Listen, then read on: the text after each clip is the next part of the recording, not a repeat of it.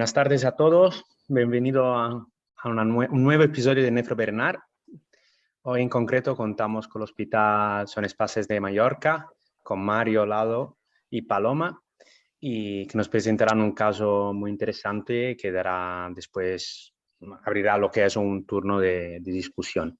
Sí, como siempre, sin alargarme mucho, ya paso la palabra a Mario. Muchas gracias por estar aquí con nosotros. Vale, pues a vosotros. Bueno, sin ser muy explícitos en lo que vamos a desvelar, supongo que ya todos tenéis un poco una idea simplemente con el título, ¿no? Pero vaya, lo iremos comentando poco a poco. Esto hablaremos comentaremos los casos clínicos al principio, a ver si puedo compartirla. No me deja. Ahora sí. Bien. Empezaré yo con el primero y luego Paloma comentará otro caso clínico un poco para ver el espectro de lo que discutiremos más a continuación. El paciente del caso 1 se trata de un hombre de 79 años que no tiene alergias conocidas en el momento del seguimiento, que destaca como antecedentes personales un hábito tabáquico desde al menos hace 10 años, un enanismo ocasional y una independencia para la actividad básica de la vida diaria. Es hipertenso, diabético de tipo 2 con insulinoterapia como el control, cardiopatía isquémica crónica revascularizada en 2 ocasiones y una enfermedad renal crónica G4A2 atribuida a una enfermedad renal diabética hipertensiva desde el 2010 que comienza a hemodiálisis incremental en julio del 2020. Además tiene un diagnóstico por parte de dermatología de un centro privado de pemfigoide ampolloso de tipo IgA desde el 2019, para lo que recibe tratamiento con prednisona oral a dosis bajas y Celcep, el ácido micofenólico. Desde julio de 2021 se añade metotrexato por escasas respuestas a estos fármacos y porque se le había denegado el uso de tratamientos biológicos para el control de esta enfermedad. Además, se intervino de una adenocarcinoma rectal con un estatus libre de enfermedad en el momento de la valoración. Y como tratamiento habitual, pues lleva lo siguiente: un poco prevención de factores de riesgo cardiovascular, antihipertensivos, sus antidiabéticos orales e insulina, un poco miscelánea, y su tratamiento inmunosupresor, básicamente la prednisona, el micofenolato sódico, el metotrexato y el ácido fólico asociado al metotrexato. En el momento de la enfermedad actual, cuando se valora al paciente, este había venido a urgencias por un cuadro, un paciente de hemodiálisis incremental en el momento de la valoración, que viene a urgencias a mediados de julio del año pasado, por un cuadro de unos 3 días de dolor abdominal bastante intenso, que asociaba náuseas y vómitos, bastantes exposiciones diarreicas y también episodios febriles en casa de 38 incluso más grados. Además venía también con mucho dolor bucal, una odinofagia bastante incapacitante y gingivorragia desde los últimos 5 días. No comentaba nada de clínica respiratoria, tampoco miccional, y no parecía que hubiese ninguna descompensación en cuanto al componente hídrico de la diálisis. Sí que era relevante el hecho de que estaba recibiendo tratamiento con metotrexato a dosis semanal, 7,5 miligramos cada lunes, que se estaba pinchando subcutáneamente, desde julio del 2021, para como este tratamiento del pemfigoide ampolloso de tipo IgA. Tras 2 dosis, desarrolla un cuadro de leucopenia grave con una neutropenia absoluta y una plaquetopenia bastante importante. Entonces, la sospecha inicial es una aplasia medular como reacción adversa hematológica a este fármaco y el paciente ingresa con los hematólogos. Se solicita interconsulta por el tema de las diálisis para los seguimientos de ajuste de la medicación y visitas. Y durante la valoración al ingreso pues, se constatan los siguientes signos vitales registrados, que estaba febril, una frecuencia cardíaca rozando la normalidad, una tensión arterial 144/66 y saturando el 95% en el ambiente. Sin embargo, tenía un regular estado general, a pesar de que sí que estaba consciente, era apneico, estaba orientado, pero la impresión clínica era de cierta gravedad. Llamaba mucho la atención la mucositis de este paciente, que sí que es verdad que no era solo una estomatitis, sino que tenía bastantes ampollas y aftas sangrantes, toda la mucosa lingual, yugal e incluso faríngea, aparte de esta gingivorragia también dolorosa. La auscultación cardíaca y pulmonar no revelaron ningún dato de interés y la exploración abdominal tampoco. Los miembros inferiores pues tampoco tenían signos de edema, ni tampoco había acúmulo de líquido ni signos de ANAS compatibles con la nasarca fuera de esta localización. Entonces, el día del ingreso se extraen una serie de pruebas una batería de pruebas analíticas y principalmente lo que llama la atención es el hemograma. Tiene una leucopenia bastante importante, una neutropenia con tan solo 70 neutros, una hemoglobina de 9,31 y 10.300 plaquetas. Se hace una morfología de sangre periférica y, aparte de confirmar la neutropenia, también se confirma la trombopenia. A nivel bioquímico no hay gran alteración, salvo una elevación de reactantes de fase aguda con una PCR de 24 miligramos de cilitro, que esto vendría siendo 2,4 miligramos litro, no sé cómo es vuestro laboratorio. La gasometría venosa tampoco mostraba mucha alteración del equilibrio ácido-base y la coagulación tenía un quick acelerado con un tiempo de protrombina de 64%. Ante la sospecha inicial de que esta sea una reacción por una intoxicación de metotrexato, se extraen unos niveles urgentes que son de 0,2 milimoles, lo que descarta que en este momento haya una intoxicación como tal por el fármaco. Otra cosa es lo que a continuación comentaremos. Como había contado, este cuadro de fiebre en domicilio, se extraen orocultivos, henocultivos y una carga viral de citomegalovirus, siendo los henocultivos negativos al inicio y la carga viral de citomegalovirus negativa. Entonces, la orientación diagnóstica inicial de este paciente, una vez que ha ingresado a neumatología, es el de un síndrome febril a estudio en un paciente en hemodiálisis, no descartar el origen de la bacteria relacionada con el catéter, pero teniendo en cuenta que es una neutropenia febril, al final de lo que nos estamos enfrentando, ¿no? Hay también una pacitopenia relacionada con una aplasia medular y una posible intoxicación por metotrexato, aparte de la mucositis oral, que es bastante grave. Inicialmente se aísla al paciente en un aislamiento inverso, se cubre con un antibiótico empírico de amplio espectro, principalmente meropenem y vancomicina. A pesar de que no hay un claro foco, pero bueno, es un paciente neutropénico en hemodiálisis, se transfunde un pool de plaquetas de manera urgente, se inicia tratamiento con filastrin, el factor estimulante de colonias granulocítico de manera diaria, se da ácido folínico ante la sospecha de la intoxicación por metotrexato, se hidrata al paciente, se realiza una sesión de hemodiálisis urgente y se contacta con cirugía maxilofacial para ajustar un poco el tratamiento de la mucositis grave. La evolución del paciente los siguientes días pues, es hacia un regular estado general, a pesar de que se mantiene consciente, orientado, pero clínicamente bastante afectado, y se intenta aumentar la dosis de hemodiálisis con la intención de lavar el metotrexato que pudiese estar acumulado en tejido, pasándolo de incremental a una dosis de 3 sesiones semanales. La mucositis no progresa, no hay una clara mejoría y esto pues, impide la alimentación oral, la administración de medicación por vía oral e incluso se había planteado colocar una sonda nasogástrica o nasoyeyunal, pero lo que es la mucosa nasal también estaba gravemente afectada, por lo que no se pudo hacer. Persiste febril, superando los 38 grados en varios días con evolución normal del estado general y seguimos sin un foco infeccioso claro pendiente de los resultados de los cultivos. Entonces, ante esta situación se amplía el espectro antibiótico contra tobramicina y se añade fluconazol por no poder descartar una etiología fúngica. Cuando se obtiene el resultado del cultivo, pues se ve que está infectado, al menos por vía urinaria, por una pseudomonas aeruginosa multiresistente y una Morganella morgani, manteniéndose el meropenem como antibiótico dirigido por antibiograma para estos dos patógenos.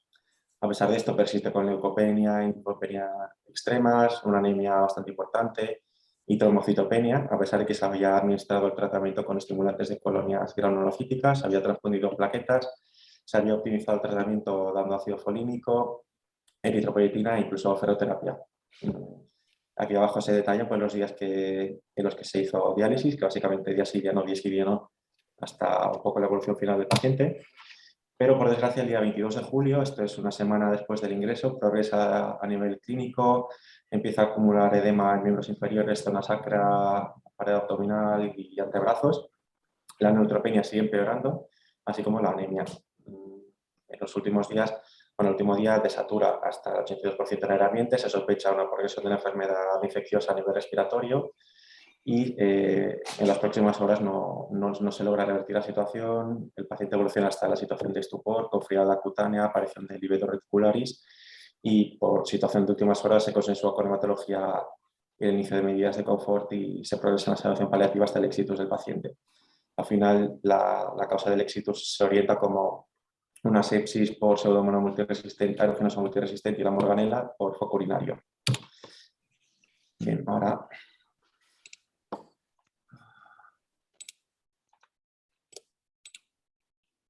debería dejarme hacer anfitriona a Paloma.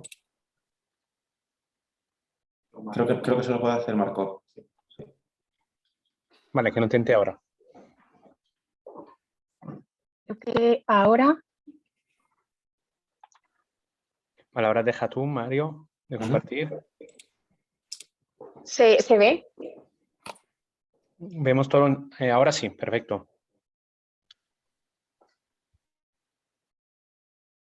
Perfecto, ¿Se ve la Paloma. pantalla? Se ve tu pantalla, creo que es la tuya.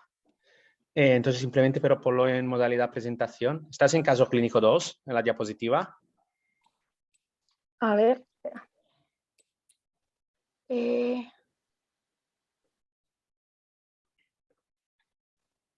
Hay dos maneras. Le puedes dar A en ver. PowerPoint desde abajo, ahí, perfecto. Creo que ahora...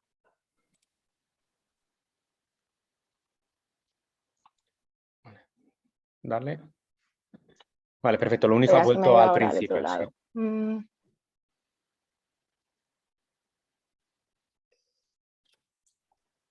¿Se me oye bien? Se te oye perfectamente.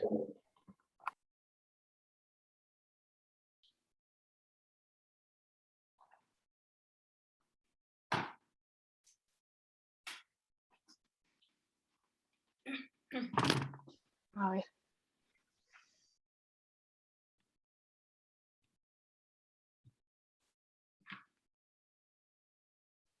Vale, si no, no sé si...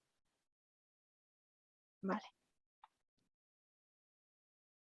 Vale, pues yo voy a hablar de otro caso diferente, también un poco relacionado con el espectro del metrotrexate. Y para ponernos un poco en situación, tenemos un varón de 37 años que no era de nuestro centro hospitalario.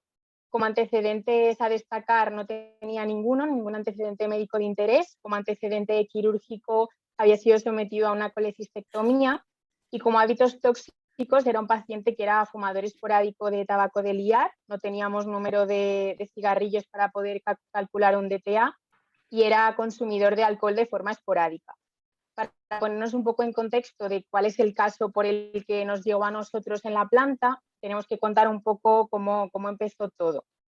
Este paciente acude el 4 de septiembre de 2021 a la puerta de urgencias contando un dolor lumbar agudo sin ninguna otra sintomatología asociada, ni síndrome misional, ni fiebre, nada más, solo el dolor lumbar agudo. Se le hace una batería de pruebas complementarias en el cual lo que más llama la atención es un fracaso renal agudo a KIM3 con una creatinina pico de 8 miligramos de decilitro. No había ninguna analítica previa porque el paciente no seguía controles en el centro de salud para poder comparar la creatinina, pero se tuvo en cuenta que sería normal. Y se hizo un TAC abdominal en el cual se objetivaron múltiples lesiones ocupantes de espacio renales y laterales a nivel de parénquima. Es verdad que luego se pidió una ecografía, pero los compañeros de radiología nos recomendaron que se realizara una resonancia magnética para poder filiar bien estas lesiones y como no se llegaba a ver claro qué era, se hizo la resonancia magnética. Entonces, al objetivar que los dos parénquimas renales se encontraban con múltiples LOEs, se tuvo que llamar al servicio de urología para que se pusiera un catéter doble J porque la primera orientación diagnóstica fue una uropatía obstructiva. El 23 de septiembre se realiza una biopsia renal guiada por TAC, que aquí la tenemos en la imagen de la derecha, cómo está entrando la aguja a nivel del parénquima renal, y se toma una muestra que más tarde nos indica que a nivel de histológico hay una leucemia linfoblástica aguda tipo T. Entonces, como contaremos más adelante, este paciente empieza el tratamiento quimioterápico indicado y realiza sus controles y su seguimiento con analíticas seriadas. Para nosotros, ¿qué es importante? Pues que el 28 de septiembre, es decir, 5 días después de haberse realizado la biopsia, el paciente tiene otra alteración de la función renal, otra alteración de la creatinina, con un pico de creatinina de 9,28 miligramos de decilitro y estaba acompañado de anemia y de plaquetopenia. Se vio que los dos catéteres J estaban permeables, por lo tanto no se indicó como primera causa que hubiera otra uropatía obstructiva y como no mejoraba con tratamiento médico fue necesario realizar 4 sesiones de hemodiálisis mediante saldón femoral. El tratamiento del quimioterápico que estaba siguiendo el paciente lo tenemos aquí esquematizado. Es importante porque es un tratamiento que ha cambiado hace poco, hace 2 años, y el esquema que seguía por la histología que se obtuvo es el PETEMA, que vemos que incluye tratamiento con vincristina, con metrotrexate, con pegaspargasa y con vincristina. Entonces, a nivel de línea temporal, vemos que nuestro paciente hizo un fracaso renal agudo a nivel de la inducción, o decirlo un poco antes, a nivel de preinducción, porque fue antes de tener el diagnóstico, y vamos a ver qué le pasa en la primera consolidación tardía. Entonces, este paciente ingresa el 8 de abril de 2022 de forma programada en el servicio de hematología de nuestro hospital, de forma asintomática, no contaba absolutamente nada de sintomatología, y se inicia la primera consolidación tardía, como vemos, con una perfusión endovenosa de metotrexato, a pasar en un tiempo de 24 horas. Se pauta la profilaxis, que se concuerda con farmacia, con una hiperhidratación del paciente con suelo fisiológico a razón de 3.000 mililitros, y bicarbonato sódico también en perfusión de 1 molar a ritmo de 197 mililitros hora. La exploración física al ingreso, el paciente tiene una temperatura axilar en la cual se encontraba febril, una frecuencia cardíaca de 86 latidos por minuto, una tensión arterial de 113/69 y una frecuencia cardíaca de 86 latidos por minuto. Y se encontraba a 97% aire ambiente. La exploración física no llamaba nada la atención, a excepción de leves edemas en pies y tobillos. La analítica que presenta el paciente al ingreso, como vemos, tenía niveles de hemoglobina que ya iban siguiendo los compañeros de hematología, hasta leve anemia, y a nivel de función renal, totalmente recuperada del primer fracaso renal agudo que hizo al ingreso, con una creatinina de 0,83. Se solicitan los niveles de metotrexato a las 24 horas de haber iniciado la perfusión y nos encontramos que son supraterapéuticos teniendo en cuenta el rango que se mide en nuestro laboratorio. Se realiza de forma concomitante una analítica, una bioquímica, en la cual se ve que la función renal está conservada con una creatinina de 1,12 y con un ionograma correcto. Entonces, como las indicaciones de la monitorización son ir realizando niveles a las 24 o las 48 horas, es decir, monitorizar de forma estricta al paciente, se solicitan los nuevos niveles a las 36 horas después de haber obtenido estos tan altos, y encontramos que siguen siendo supraterapéuticos, de 118,82. Lo que hacen los compañeros de hematología es aumentar los rescates de ácido folínico, que veremos luego para qué sirve, e inician tratamiento con colestiramina. Y de forma concomitante también se pide otra bioquímica urinaria en la cual se ve que la creatinina, después de 24 horas, había subido a 320 miligramos decilitro. Por el antecedente que tiene este paciente, se realiza una nueva prueba de imagen que descarta otra vez que sea una neuropatía obstructiva, por lo cual se orienta como que es un fracaso renal agudo parenquimatoso. ¿Cómo nos enteramos nosotros de la existencia de este paciente? Pues porque en un sábado de guardia llaman al Busca, dicen que tienen un paciente que está en tratamiento con metotrexato, que tenía una creatinina normal y que de repente tiene una creatinina de 3,20, que se le ha hecho una prueba de imagen y que el paciente pues no tiene una neuropatía obstructiva. Entonces se habla de forma concomitante con farmacia, hemato y nefro, y se mira a ver si el paciente tenía indicación de tratamiento con glucarpidasa, que como explicaremos después es uno de los antídotos y uno de los nuevos tratamientos para la intoxicación por metotrexato. Entonces, teniendo en cuenta el tiempo de evolución desde la administración de metotrexato, que habían sido 36 horas desde que nosotros nos damos cuenta, la elevación de las cifras de creatinina que habían subido en 24 horas 2 miligramos decilitro, que las cifras de pH urinario eran mayores de 7, que se confirmaron, y que el paciente continuaba teniendo una diuresis mantenida, que tiene que ser como mínimo en torno a 2 litros y medio. Además, el paciente no presentaba ninguna clínica de náuseas ni de vómitos, por lo cual se aceptó la administración. Aquí tenemos una gráfica de todos los niveles de glucarpidasa que se fueron realizando mientras el paciente se encontraba ingresado. Y aquí donde hemos puesto la flecha, vemos que después de la administración de glucarpidasa hay una mejoría de los niveles muy grande. Como vemos después, para poder medir los niveles de metotrexato después de haber administrado glucarpidasa, tenemos que hacerlo mediante técnica de cromatografía, porque si se hace mediante inmunoensayo, por el mecanismo de acción de la glucarpidasa puede salir falseado y por tanto parecer que hay más niveles de los que en realidad hay o viceversa. Se siguieron haciendo monitorización de los niveles y monitorización de las cifras de creatinina. La creatinina pico del paciente llegó a 3,49 y de forma progresiva ha ido bajando hasta 1,61, que son el nivel de creatinina con los cuales el paciente ha sido dado de alta después de haber completado este nuevo ciclo de encontrarse asintomático. Como complicación secundaria que merece la pena reseñar por la frecuencia que puede aparecer en la práctica clínica, es que este paciente acabó haciendo un balance positivo muy importante con edemas en miembros inferiores con fobia muy incapacitantes para el paciente y que orientamos pues, como secundarios al tratamiento con bicarbonato sódico. Pues como hemos visto y veremos después, hay que dar dosis muy grandes y muchas veces no se tiene en cuenta la cantidad de sodio que estamos administrando al paciente, y también el componente de tercer espacio por la hipoalbuminemia que presentaba, que era de 23 gramos litro.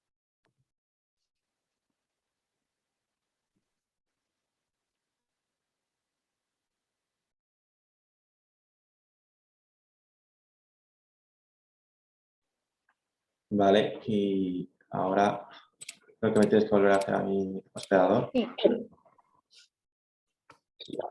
Activarlo. Sí, espera. Que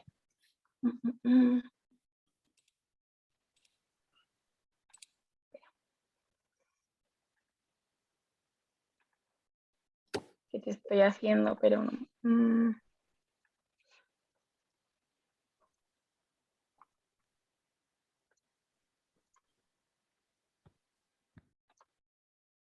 Me lo he hecho yo.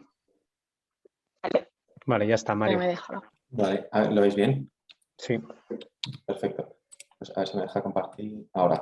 Vale, pues nada, empezamos a hablar ahora un poco del tema a desarrollar, que es un poco el metotrexato, y seguiremos luego un índice, bueno, la primera diapositiva, que es la que nos saltamos porque estaba precisamente revelado el motivo por el que, bueno, por la intoxicación del paciente, pero básicamente hablaremos un poco de la farmacodinámica, farmacocinética, reacciones adversas, tratamientos, dosis en poblaciones especiales y un poco los nuevos antídotos.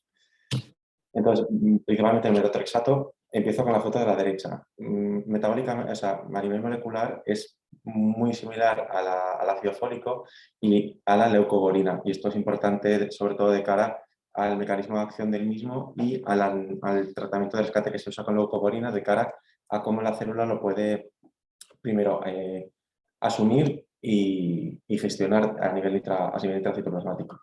Es un fármaco que antagoniza el metabolismo del ácido fólico y está pues, más que empleado en muchas enfermedades diferentes, sobre todo aquellas que tienen un recambio celular muy elevado, pues enfermedades inflamatorias, autoinmunitarias, neoplásicas e incluso algunas dermatológicas. En el caso del paciente que contaba, la indicación del metotrexato era por un pérfido ampolloso de tipo IgA, en el que la prednisona y el micofenolato no habían sido eficaces.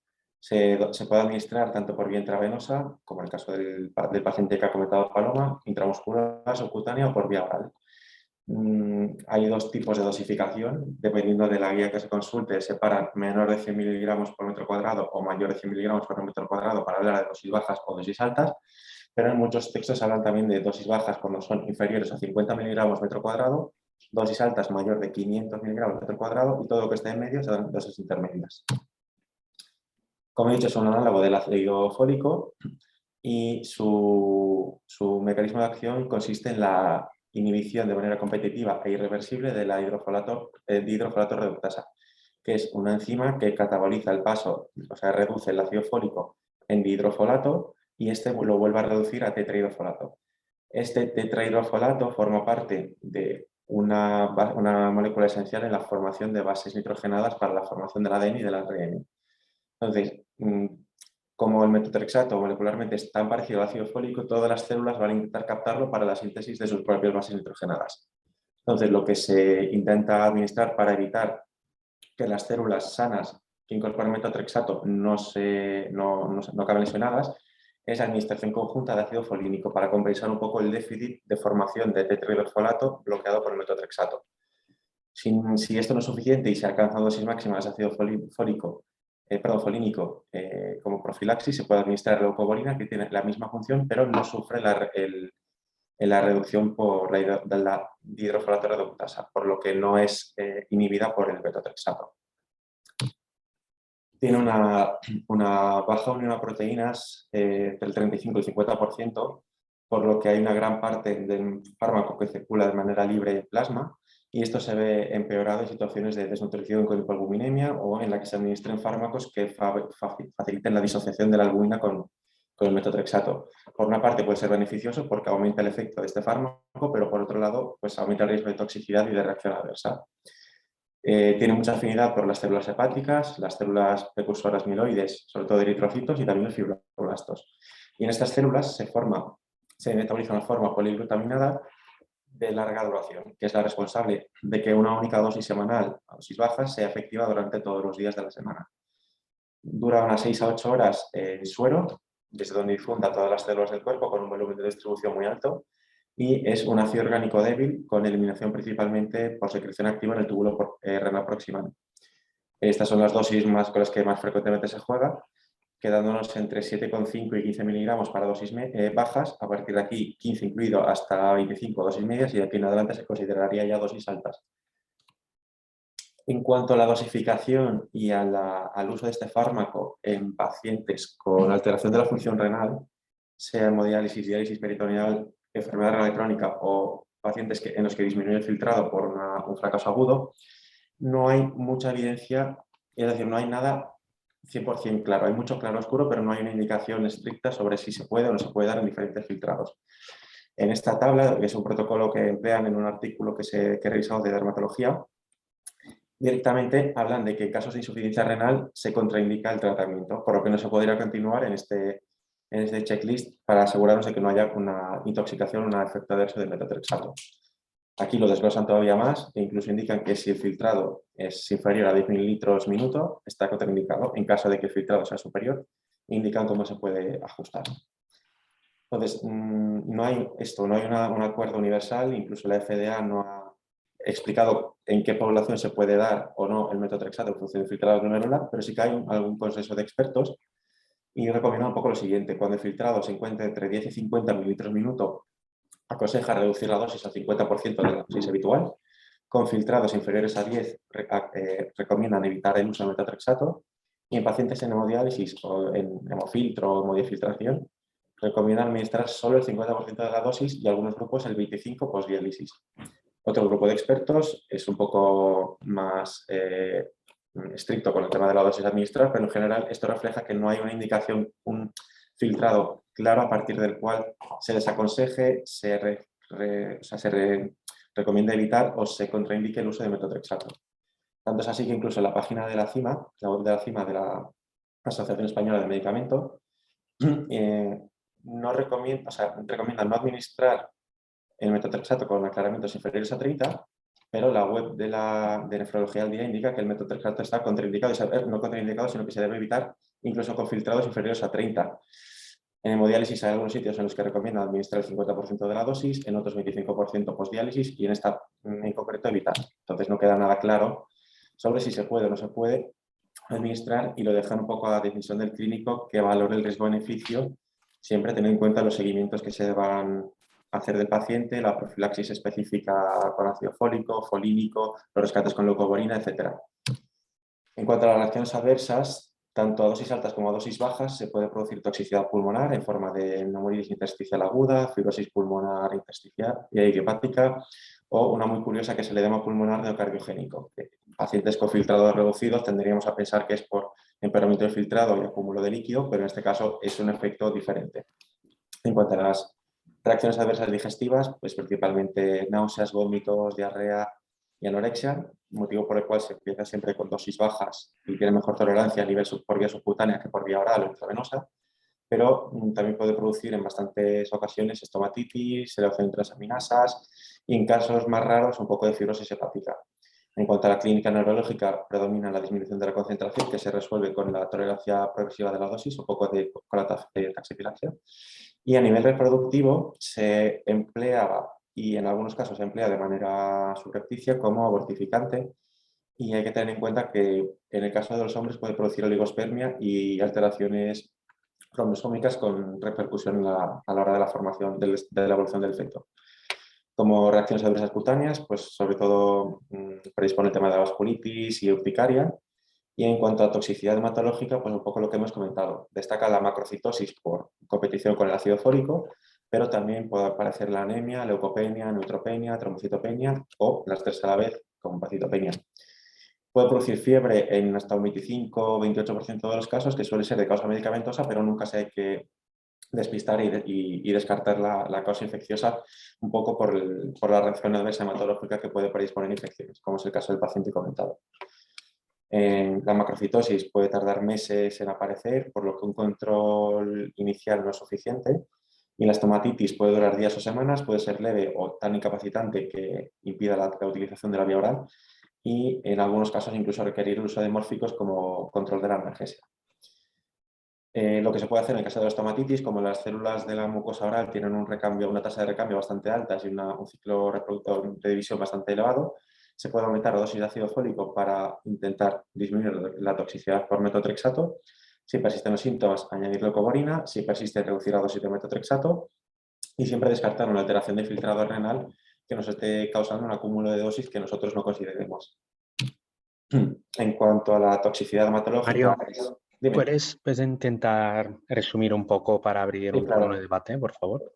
En cuanto a la toxicidad hematológica, pues es principalmente el efecto más limitante, los factores que predisponen un bajo filtrado renal, interacción con otros fármacos, que no se está suplementando ácido folínico, pero hay un alto porcentaje de casos en los que se llega a esta reacción adversa de la que somos responsables y es un error en la prescripción, en la indicación, en los controles, o no haber explicado adecuadamente al paciente cuál es la posología del fármaco. La pancitopenia pues, tiene un tiempo de aparición diferente en función de la serie que estemos siguiendo, la roja, la blanca o las plaquetas. Y tampoco hay que descartar la hepatotoxicidad, sobre todo en pacientes con infecciones ocultas por virus hepatitis C o incluso B. Y hay que monitorizar las transaminasas y la albúmina. También intentar evitar en la medida de lo posible que el paciente consuma bebidas alcohólicas y si lo hace, desaconsejarlo o incluso revisarse la indicación del metotrexato por el riesgo de elevación de transaminasas y pues muy presente siempre el riesgo de infección porque no es un inmunosupresor un inmunosupresor como tal, pero sí que inmunomodula y reduce la población de linfocitos T, CD4 y CD8. Y a pesar de que no se asocie con infecciones oportunistas, sí que por el hecho de disminuir las células T aumenta la predisposición de infecciones nosocomiales o incluso comunitarias. Vale, en cuanto al riesgo durante el embarazo, un poco lo que comentaba, se recomienda la administración de anticonceptivos orales en mujeres en tratamiento con metotrexato y en caso de que tanto la mujer como el hombre tengan deseo genésico hay que suspender el metotrexato 3 meses antes de la concepción para evitar la rotura de las cromátidas. Esto lo comentará un poco Paloma a continuación, pero simplemente mencionar la principal vía de eliminación del metotrexato fuera de la vía urinaria, que es mediante la formación de dos metabolitos. Uno es el 7-hidroximetotrexato a nivel hepático y otra es una vía natural de detoxificación que consiste en la formación del DAMPA, que es el ácido 2,4-diamino N-metilpretrórico, que se produce por acción de la flora bacteriana intestinal. Esto menciona que es muy importante la monitorización de los niveles de metotrexato, tanto a dosis bajas como altas en poblaciones especiales. Y un poco lo que mencionaba Paloma, en casi todos los sitios se emplea el inmunoensayo como técnica diagnóstica de los niveles séricos de metotrexato, pero en casos en los que se administre el tratamiento de rescate como la monocarpidasa, habría que cambiar a técnicas más separativas como la cromatografía líquida por la interferencia que puede causar este DAMPA, este ácido, en la determinación de los niveles de metotrexato por inmunoensayo, por reacción cruzada. Y esto vuelve la palabra a Paloma. Si quieres, Sí. no, déjalo, Mario, Sí. déjalo y lo comento rápido, que si no, no dará tiempo. Sí, perfecto. Si quieres, Paloma, coméntalo rápidamente y después lo voy abrimos comentando. un turno de preguntas. Simplemente cosas que nos tienen que quedar claras es que la eliminación renal del metotrexato es casi del 90% y que se secreta activamente a nivel del túmulo proximal y que, como hemos visto que se hace con nuestro paciente y comentaré ahora, necesitamos que haya una alcalosis urinaria, por decirlo así, para mejorar la solubilidad del metotrexato, que es ácido, y de sus metabolitos, para que no acaben cristalizando en el túbulo y provoquen una nefropatía. Pues pasar. La forma de presentación, un fracaso renal agudo que no es oligúrico, esto es muy importante recordarlo, el mecanismo patógeno, la obstrucción tubular, pero que como se ha visto en nuevas publicaciones, una de hace 2 años, puede que haya una inflamación mediada por el inflamosoma como una nueva explicación de esta patología y que en anatomía patológica a veces podemos ver los cristales que vemos en este corte histológico. Muy importante tener en cuenta que aparte de todo lo que puede provocar la afectación renal de metotrexato, lo más importante y que hay que tener en cuenta, que a nosotros nos toca de manera colateral, pero al paciente y al médico tratante no, es que va a comprometer el tratamiento quimioterápico del paciente y el pronóstico de la patología inicial por el que se ha prescrito. 2 tratamientos de la intoxicación por metotrexate, la glucarpidasa y el tratamiento con diálisis, con hemodiálisis intermitente. Nosotros después de eso somos pro glucarpidasa y vamos a decir por qué. Y en primer lugar, pues es una enzima carboxipeptidasa que hidroliza el metotrexato hacia 2 metabolitos, que como es larga, tiene 83 kilodaltons de longitud, no es capaz de actuar a nivel intracelular, y esto es muy importante, ya que para eso damos ácido folínico, y que el efecto catabólico puede persistir entre 48 y 72 horas.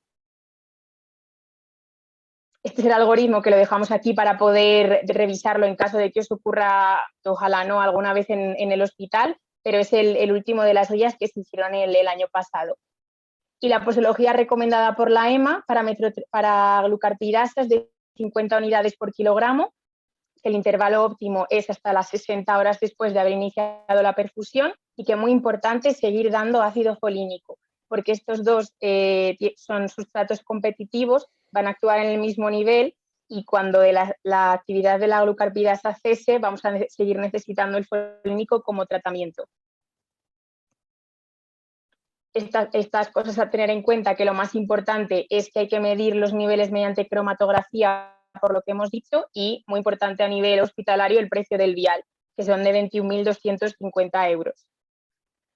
Y 2 artículos finales. El primero, que hay diferentes grupos haciendo estudios para ver si la mitad de dosis de glucarpidasa, es decir, de 25 unidades por kilo, son efectivas para bajar los niveles. Y en último lugar, bueno, comentar esto, que aparte de la glucarpidasa se puede dar colestiramina, por lo que ha comentado Mario, hay una eliminación a nivel de bilis, de metabolismo enterohepático, y la colestiramina podría hacer algo. El tratamiento renal sustitutivo, como veremos ahora, en las recomendaciones del grupo STRIP, que es el grupo el grupo que trabaja en la eliminación de intoxicaciones extrarrenales, sugiere, según el mecanismo Gray, que en casi todas las evidencias que hace, que se debe intentar siempre administrar glucarpidasa antes que hacer una terapia renal sustitutiva, por lo que conlleva a nivel de mortalidad, de evolución clínica y de aclarado, por decirlo así, del metotrexato. Estas cosas para llevar a casa, que las podemos comentar ahora en las preguntas. Y nada, la bibliografía que hemos usado, y Perfecto. muchas gracias. Si quieres, abrimos ya un turno de preguntas con los demás hospitales, porque ya vamos por 40, pero sí que sería interesante, si hubiera unos comentarios, poderlos contestar.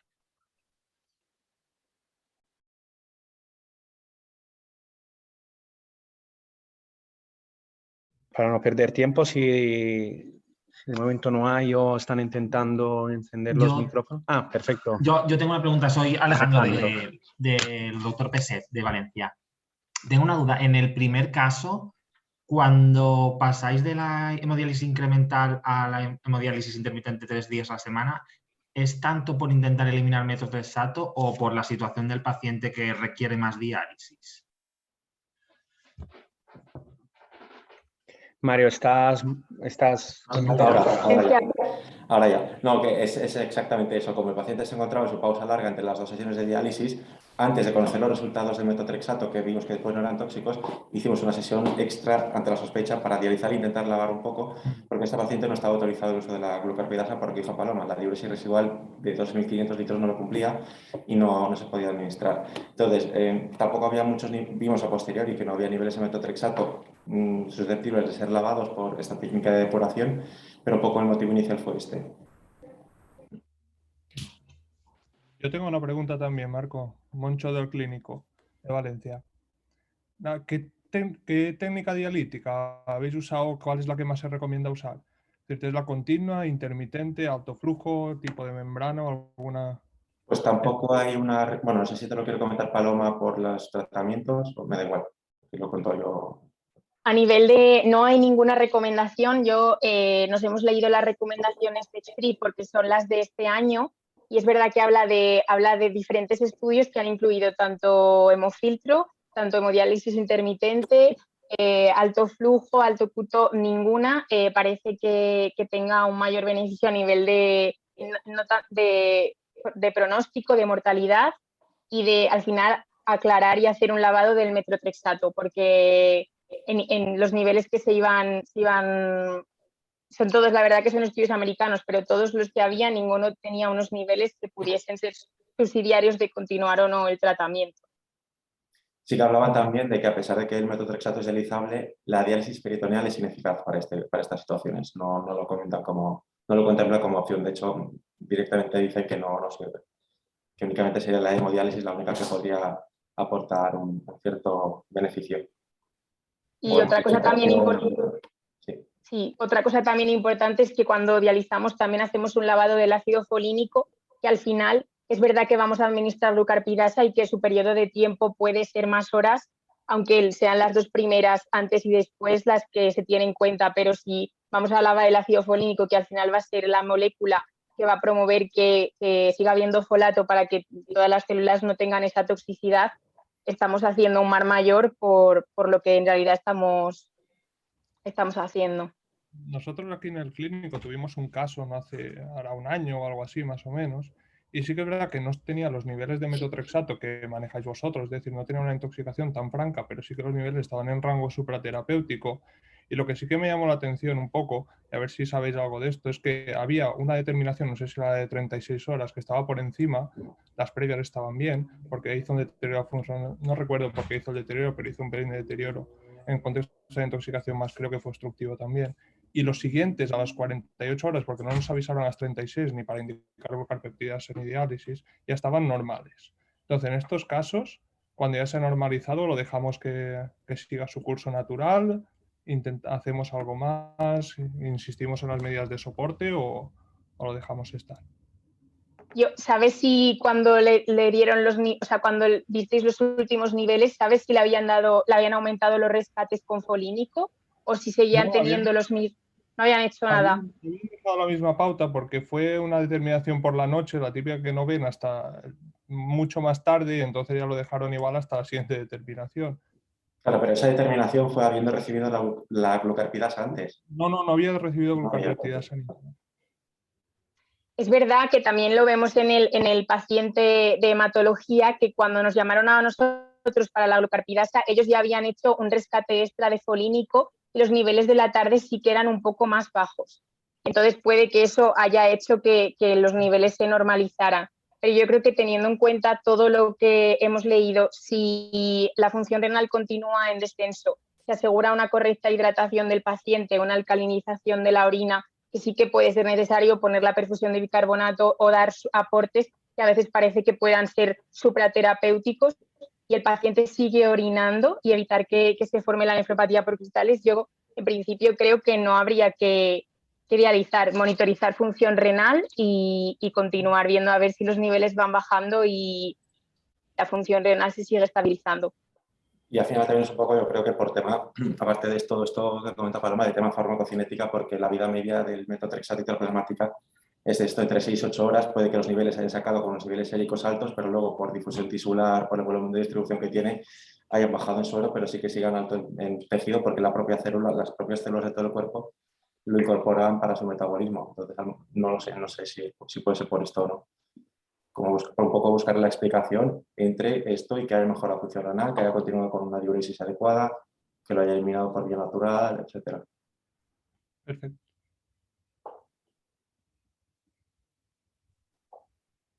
Y no sé si tiene alguien Unas más. preguntas más. Yo tengo otra pregunta si no tiene nadie más. Marco, pregunta. Y si no, Adelante, Monch.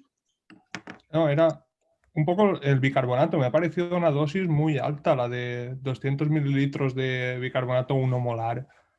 No sé si eso es la hora, eso es solo la infusión inicial, después miras pH urinario reculas o cómo está el tema con eso. A nosotros también nos pareció muy alta al principio y hablamos con el servicio de farmacia, que en este paciente la verdad que eran muy reticentes a quitarle tanta dosis de bicarbonato porque como los niveles seguían siendo mayores de lo esperables, aunque la glucarpidasa había disminuido y la función renal iba mejorando, eran bastante reticentes a bajar la dosis.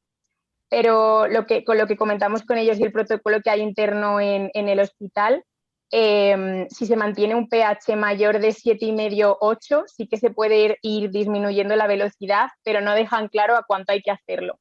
En este paciente sí que intervenimos de forma activa, porque cuando fuimos a verle tenía unos edemas miembros inferiores con fobia hasta rodilla, que no podía caminar por el pasillo del hospital, no podía caminar. Y sí que hay... ¿El qué? Gasometrías venosas. Gasometría venosa cada 24 horas cuando se hace igual con la función renal y los niveles. Sí que es verdad que a nivel de sedimentos, los hematólogos, por lo que hemos visto al revisar, lo suelen pedir cada 48 horas. Los sedimentos no los suelen pedir cada 24. En mi hospital lo hacen, en el clínico lo hacen en tiritas. Con la tira. Y van haciendo con tiras su aire. Pues ya está. Muchas gracias, me ha gustado mucho. A ti. Si nadie más tiene preguntas, no sé si alguien quiere comentar más. Vale, si nadie más tiene preguntas, agradeceros mucho la participación. Mario, Paloma, realmente un caso muy, muy didáctico. Hemos aprendido muchos, yo personalmente. Así que agradeceros mucho y os recuerdo el próximo Nefroprenar será al final del mes de mayo. Muchas gracias a todos. Muchas gracias también a vosotros. Gracias. Hasta luego. Hasta luego. Adiós.